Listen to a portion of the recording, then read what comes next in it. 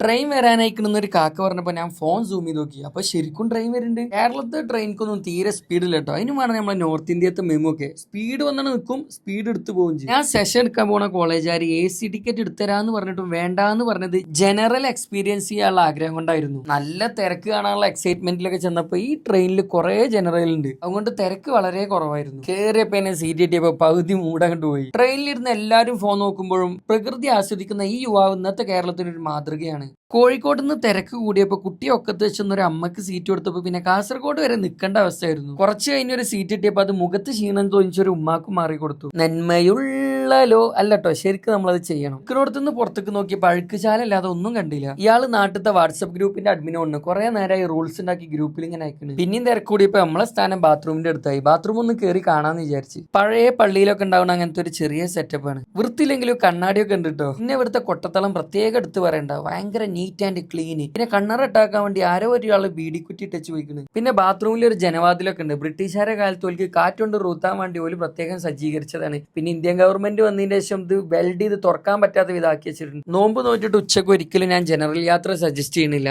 പിന്നെ കാസർഗോട്ടുകാരെ യദുവിനെ പരിചയപ്പെട്ടു. ഓൻ ഭയങ്കര എൻജോയ്മെന്റിലാണ്. എങ്ങനെയുണ്ട് സിന്നു കാസർഗോഡ്? അടിപൊളി.